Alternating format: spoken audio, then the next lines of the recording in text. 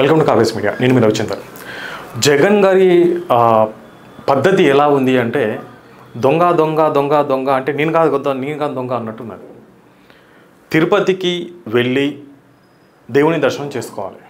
అతన్ని ఎవరు ఆపిండ్లు? ఎవరు ఆపలేదు. అతనే డిక్లరేషన్ ఫామ్ మీద సంతకం పెట్టాలని ఒకే ఒక దాని మీద ఆగిపోయాడు. అవును, డిక్లరేషన్ ఫామ్ మీద సంతకం పెడితే అయ్యేదేంది? అన్యమతస్థులు ఎవరైనా ఇందిరాగాంధీ గారు వచ్చినప్పుడు సంతకం పెట్టారు, సోనియా గాంధీ వచ్చినప్పుడు సంతకం పెట్టారు, అబ్దుల్ కలాం గారు వచ్చినప్పుడు సంతకం పెట్టారు, ఇంకా కొంతమంది సినిమా హీరోలు కూడా సంతకం పెట్టారు. అన్యమతస్థులు ఎవరు వచ్చినా మేము ఈ దేవుని నమ్ముతున్నామని ఒక సంతకం, దేవుని నమ్మకం మీదే వచ్చామని చెప్పేసి ఒక సంతకం పెట్టి రావాలి.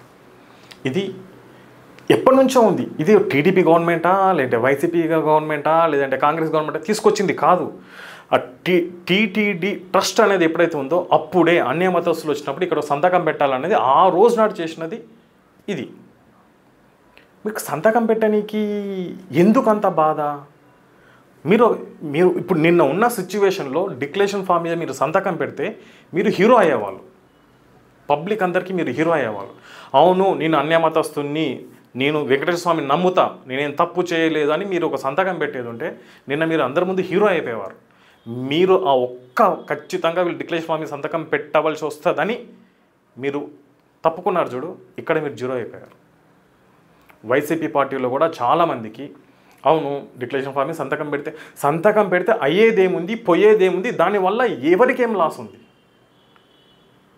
ఇన్ని రోజులు మిమ్మల్ని ఒక ముఖ్యమంత్రిగా కొలిచారు, ఒక రాజశేఖర్ బిడ్డగా అనుకున్నారు, బిడ్డగా కొలిచారు మిమ్మల్ని, అంటే మిమ్మల్ని వాళ్ళు ఓన్ చేసుకున్నారు. ఒక సంతకం పెడితే మీ కిరీటం ఏమైనా పడిపోతుందా? అసలు మీరు ఎందుకు అంటే అక్కడికి వెళ్ళేసి ఏం చేశారు? ఎవరేం చేయలే. సెక్షన్ 30 అనేది అమలు చేశారు. ఎందుకు అంటే అక్కడ బ్రహ్మోత్సవాలు జరుగుతున్నాయి. బ్రహ్మోత్సవాలు జరిగే టైంలో మీరు ఇక్కడికి ఇదో పెద్ద ఇష్యూ అయింది, నేషనల్ మీడియా కూడా కవర్ చేస్తుంది. కొంతమంది మీ మద్దతుదారులు కావచ్చు, కొంతమంది బీజేపీ వాళ్ళు, కొంతమంది జగన్ అడ్డుకుంటామని చెప్పేసి కొంతమంది వేరే వాళ్ళు కావచ్చు, టీడీపీ కార్యకర్తలు కావచ్చు, జనసేన కార్యకర్తలు కావచ్చు, వైసీపీ కార్యకర్తలు కావచ్చు, వీళ్ళందరూ ఒక దగ్గర కలిస్తే ఏదన్నా ప్రాబ్లమ్స్ అయితే గొడవలు జరుగుతుంది. అసలే అది ఒక దేవస్థానం, పుణ్యక్షేత్రం, అలాంటి గొడవలు జరగొద్దని చెప్పేసి సెక్షన్ 30 అమలు చేశారు. సెక్షన్ 30 అమలు చేసినాక మీకేమైనా నోటీసులు ఇచ్చారా? మీరు రావద్దని నోటీసులు ఇచ్చారా? మీరు వస్తున్నా అని చెప్పారు, వాళ్ళ ఏర్పాట్లు వాళ్ళు చేసుకున్నారు. అసలు ఈ సంతకం పెట్టవలసి వస్తుంది అని ఒకే ఒక్క దాని మీద మీరు రాంగ్ స్టెప్ వేశారు. అందరి ముందు మీరు ఒక జీరో అయ్యారు. చెప్పాలంటే హిందువుల వాటిలలో మీరు ఒక విలన్ అయి కూర్చున్నారు. ఇప్పుడు చాలామంది హిందువులు ఉన్నారు. ఎస్, టోపీ పెట్టుకున్నంత మాత్రాన నేనేం ముస్లింని అయిపోను, చర్చికి వెళ్ళినంత మాత్రం నేను క్రిస్టియన్ అయిపోను. చాలామంది నాకు ఫ్రెండ్స్ ఉన్నారు, చాలామంది వెళ్తుంటారు.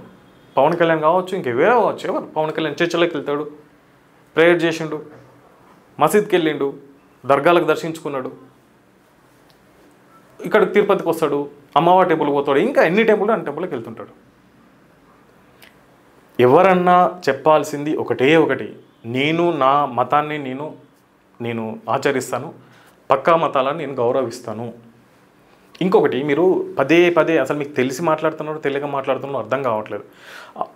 నెయ్యిలో కల్తీ జరిగింది అని చెప్పేసి ఒక అఫీషియల్గా చెప్పారు, ముఖ్యమంత్రి పర్సన్ చెప్పాడు. అది అందరు నమ్మాల్సిందే, ముఖ్యమంత్రి చెప్పింది నెయ్యిలో కల్తీ జరిగింది. బట్ మీ స్పీకర్ మాట్లాడతాడు, మీరు మాట్లాడతారు, ఆవులు కొన్ని కల్తీ పదార్థాల ఆహారం తినడం వల్ల, ఆ పాలు ఇవ్వడం వల్ల, దాంతో వెన్న చేయడం వల్ల, దాన్ని నెయ్యి చేయడం వల్ల కల్తీ అయిందా? ఎలా కల్తీ అవుతుందో నాకు అర్థం కావాలి. ఆవు ఒక గుణం ఏంటంటే మనం విషం ఇచ్చినా కూడా ఆ పాలు తాగితే అందులో విషం ఉండదు.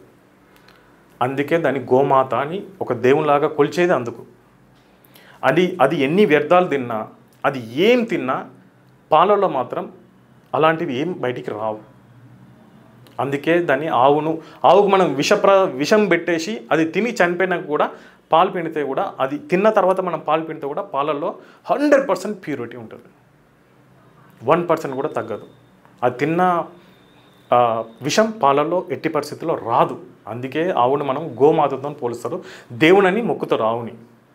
మనం ఎంత చెడు చేసినా అది మాత్రం మనకు మంచి చేస్తుంది. మీరు ఒకసారి మీకు తెలిసి మాట్లాడుతున్నా తెలియక మాట్లాడుతున్నా నాకు అర్థం కావట్లేదు, కానీ మీకు అసలు ఏం జరుగుతుందో నాకు అర్థం కావట్లేదు. కల్తీ నెయ్యి జరిగింది, అది ఆవు, కొన్ని ఆవులు నాణ్యమైన ఆహారం తినకపోతే దానివల్ల పాలు వెన్న అట్లా కాదు. మీరు అంటే నవ్వొస్తుంది మీకు, నిజంగా మీకు మీ జ్ఞానానికైతే నవ్వొస్తుంది నాకు. ఈ ఇష్యూలో జగన్మోహన్ రెడ్డి జీరో, ఇది నిజం.